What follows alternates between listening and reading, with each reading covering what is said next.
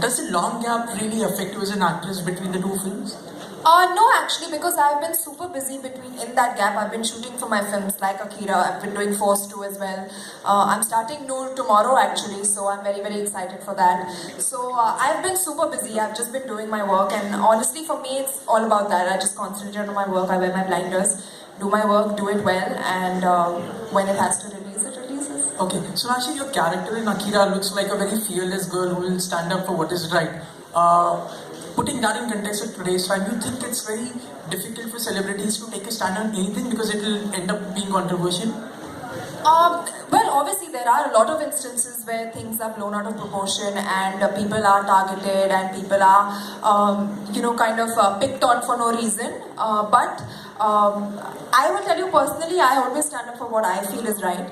And I think every girl in today's day and age, taking a cue from, I think when you see this film, there will be a lot of instances in the film that a lot of girls today are put through, and how, basically you should be able to handle it yourself.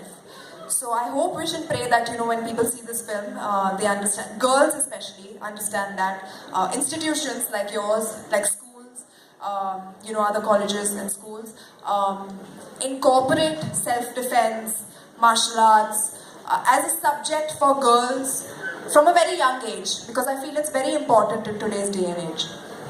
Sonakshi, here again, Vedita from Lahiri News. We see many Bollywood actresses like Deepika Padukone, Priyanka Chopra doing Hollywood films. So will we see you in Hollywood films?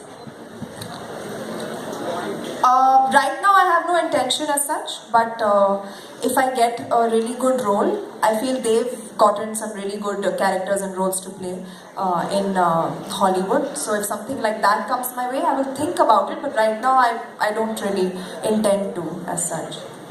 Sonakshi, there have been, for years we've seen women-centric films where the female characters are the main protagonists of the film, but we haven't seen too many of action heroines.